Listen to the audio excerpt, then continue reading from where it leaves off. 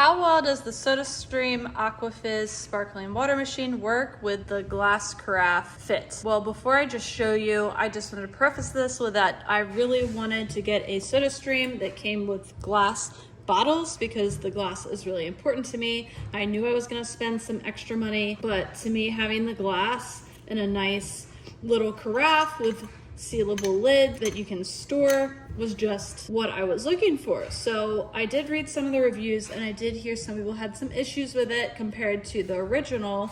So hopefully this video will help you decide whether it's worth it or not. So one thing I noticed was that it was kind of hard to get a good fizz on it because I wasn't sure if I was actually doing it right. This one's a manual press. So you press the top of the SodaStream and that's where the carbonation comes from. It's not an automatic one. So we'll fill it up to the line that you can see is right there. And we'll place it in the SodaStream.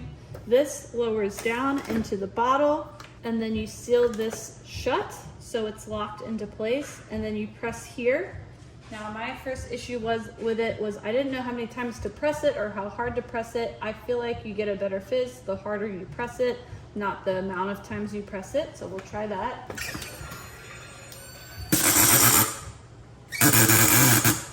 And it's already making some noise. So let's try it out and see what that looks like. So it's still mostly in there.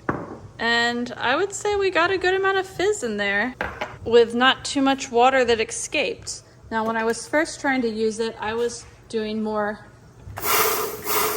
lighter presses and more frequent, and it felt like it was letting a lot of the water escape out of the carafe. Now, if I just held it down for a little bit longer, it seemed to work much quicker. So if you're a little confused on how to use it, that's what worked for best for me. And I do really like my SodaStream.